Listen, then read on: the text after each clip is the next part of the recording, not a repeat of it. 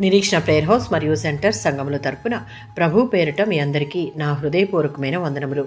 ఈరోజు దేవుని వాగ్దానం 41వ సంకీర్తన మొదటి చరణం. ఆపత్కాలమందు యెహోవా వానిని తప్పించును, బేదలను కటాక్షించువాడు ధన్యుడు.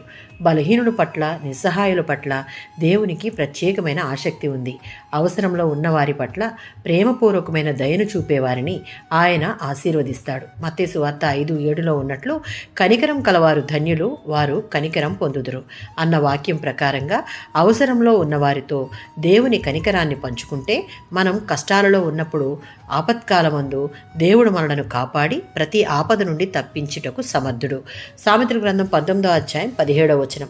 దేవుని దృష్టిలో ప్రత్యేకమైన వారుగా ఉండే పేదవారు, బలహీనులు, శక్తిహీనులు అయిన వారి మీద దయచూపువారు, కృపచూపువారు దేవునికి అప్పిచ్చేవారు అని వాక్యం సెలవిస్తుంది.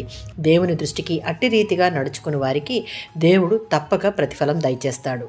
యెషయా గ్రంథం 58వ అధ్యాయం 7-8 వచనాలలో ఆకలి కొన్న వారికి ఆహారం ఇవ్వడం, వస్త్రహీనులకు వస్త్రాలను ఇచ్చుట, అవసరతలో ఉన్న వారికి సహాయం చేసే గుణం కలిగి క్రీస్తు ప్రేమను చూపేవారంగా మనం ఉండగలిగితే దేవుడు మనం చేసే ప్రతి పనులలో, ప్రతి సమయాలలో ఆయనే మనలను కాపాడి నడిపిస్తాడు. రక్షణ పొందిన ప్రతి వారు క్రీస్తు ఏ విధంగా మన ఎడల తన దయను, కృపను, ప్రేమను చూపేవారుగా ఉన్నాడో అట్టి రీతిగా మనం ఉంటే వారు దేవుని దృష్టికి ధన్యుడు. అటువంటి వారి కష్టకాలంలో యెహోవా వారికి సంపూర్ణ రక్షణ, విస్తారమైన కృప, విమోచనను ఇచ్చే దేవుడు మన దేవుడు. ఆమేన్.